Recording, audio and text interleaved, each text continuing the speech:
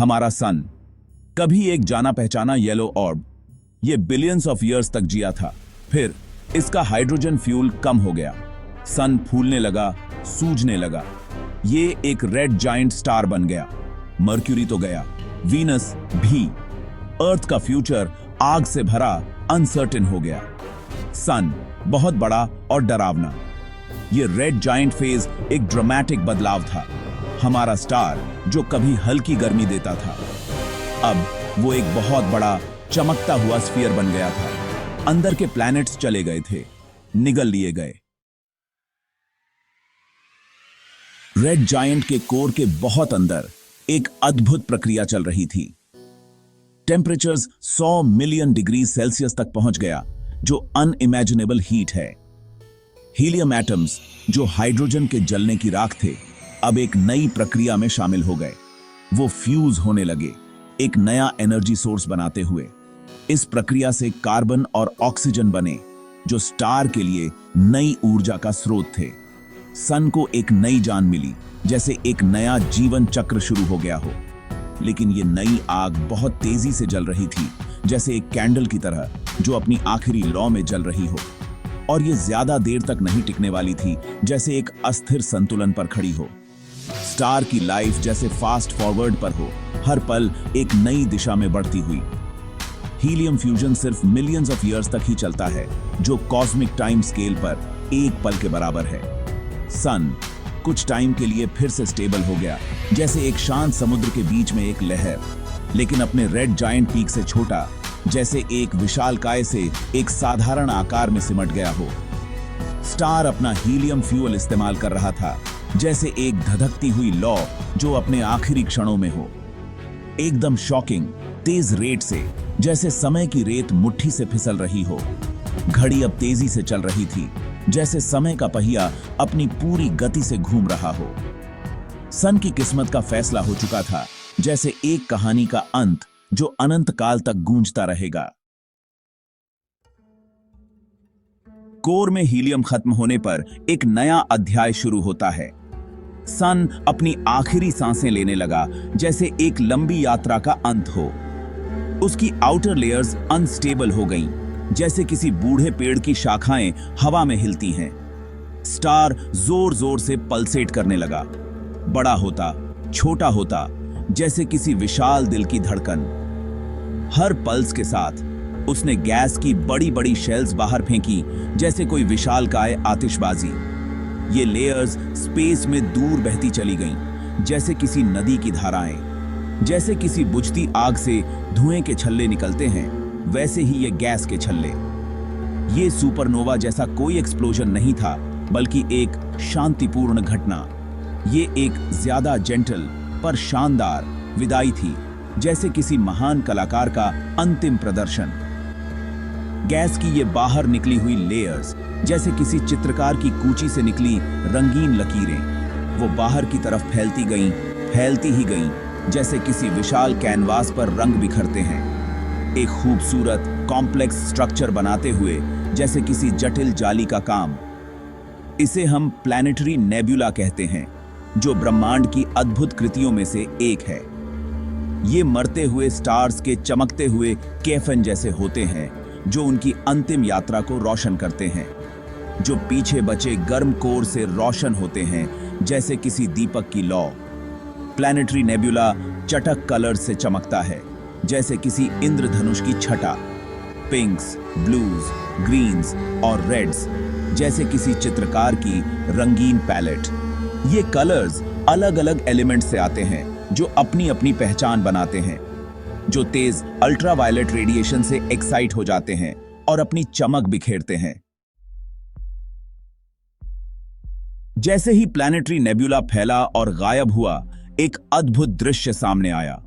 सन का कोर आखिरकार सामने आया। यह कोर, जो पहले लेयर्स के पीछे छुपा हुआ था, अब पूरी तरह से उजागर हो गया था। अब वो बड़ी ओपेक लेयर्स के पीछे छुपा नहीं था। यह कोर अब अपनी पूरी महिमा में दिखाई दे रहा था। जो बचा था वो बहुत ही छोटा था और डेंस, एक व्हाइट ड्वार्फ स्टार। यह छोटा लेकिन अत्यंत घना था।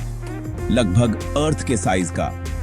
यह छोटा दिखता है, लेकिन इसका मास बहुत अधिक है, हमारे सन का पूरा बचा हुआ मास।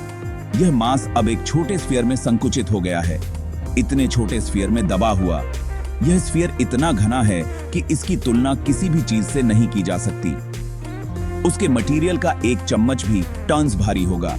यह मटेरियल इतना डेंस है कि इसकी कल्पना करना भी मुश्किल है। यह व्हाइट ड्वार्फ बहुत ज्यादा गर्म होता है। इसकी गर्मी इतनी अधिक होती है कि यह चमकता रहता है।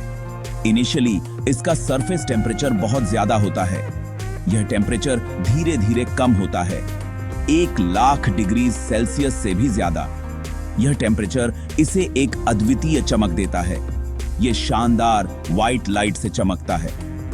यह चमक इसकी उच्च टेम्परेचर के कारण होती है। लेकिन यह कोई नई एनर्जी नहीं बनाता, कोई फ्यूजन नहीं। यह केवल अपनी बची हुई एनर्जी का उपयोग करता है। यह एक बुझते हुए अंगारे जैसा है, गर्म चमकता हुआ। धीरे धीरे यह चमक कम होती जाती है। अपनी पिछली लाइफ की बची हुई हीट से यह हीट धीरे धीरे समाप्त हो जाती है और व्हाइट ड्वार्फ ठंडा हो जाता है। सेक्शन 5, अनदेखा सहारा। इलेक्ट्रॉन डिजेनरेसी प्रेशर कैसे काम करता है? तो आखिर ग्रेविटी की इतनी जबरदस्त फोर्स के खिलाफ इस व्हाइट ड्वार्फ को कौन संभाले रखता है?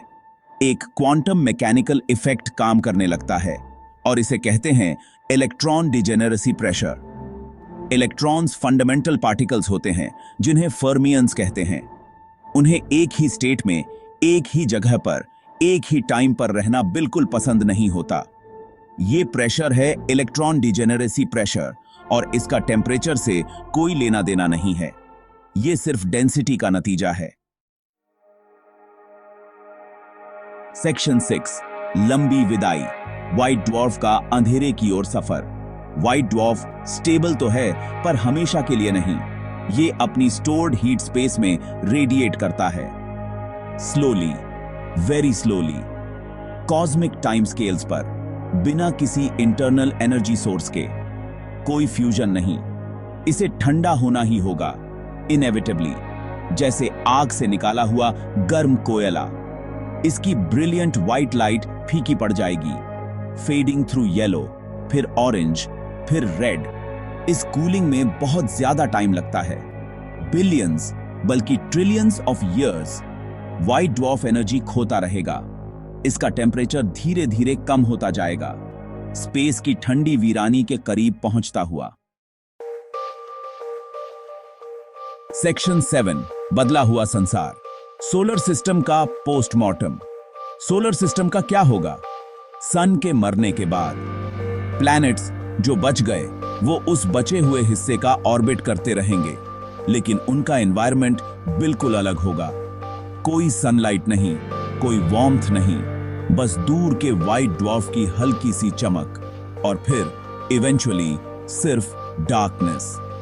सोलर सिस्टम बर्फ का एक राज बन जाएगा, एक ठंडा, साइलेंट और बदला हुआ संसार।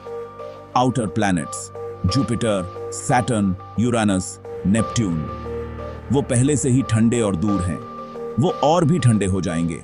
उनके एटमॉस्फेयर्स शायद पूरी तरह से फ्रीज हो जाएं, उनके सरफेसेस पर बर्फ बनकर गिरते हुए। सेक्शन 8, इंसानियत की उम्मीद। सन के बिना जीवन। क्या ह्यूमैनिटी सन की मौत के बाद सरवाइव कर पाएगी? एक गहरा सवाल, युगों के लिए एक चैलेंज। अगर हम तब भी अर्थ पर हुए, survival unlikely. Red giant phase बहुत भयानक होगा, उसके बाद का डीप फ्रीज उतना ही आखिरी। अर्थ तो उससे बहुत पहले ही रहने लायक नहीं बचेगी, लेकिन ह्यूमैनिटी रिसोर्सफुल है, अडेप्टेबल। परहैप्स हम अर्थ पर नहीं होंगे, परहैप्स हम बाहर निकल चुके होंगे। हम टू द स्टार्स, एक कॉस्मिक डायस्पोरा। टेक्नोलॉजिकल एडवांसमेंट्स सबसे जरूरी होंगे। इंटरस्टेलर ट्रैवल में महारत एसेंशियल। नए यंग स्टार्स के पास नए होम्स ढूंढना, स्टार्स जिनकी आगे लंबी स्टेबल लाइव्स हों, और परहैप्स आर्टिफिशियल हैबिटेट्स बनाना, जायंट स्पेस स्टेशंस। सेक्शन 9, एक स्टार की शांत विदाई। सन की अमर लेगेसी।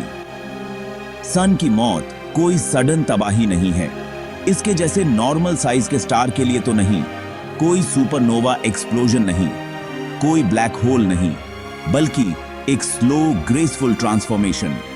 रेड जायंट से प्लैनेटरी नेबुला तक, फिर व्हाइट ड्वार्फ, फाइनली अ ब्लैक ड्वार्फ। कॉस्मिक रात में एक शांत तरीके से गायब हो जाना, ये एक नेचुरल प्रोसेस है, पार्ट ऑफ स्टेलर एवोल्यूशन। तारों का लाइफ साइकिल बड़े पैमाने पर। यूनिवर्स अपना शानदार नाटक दिखा रहा है। सन की लेगेसी बहुत बड़ी है।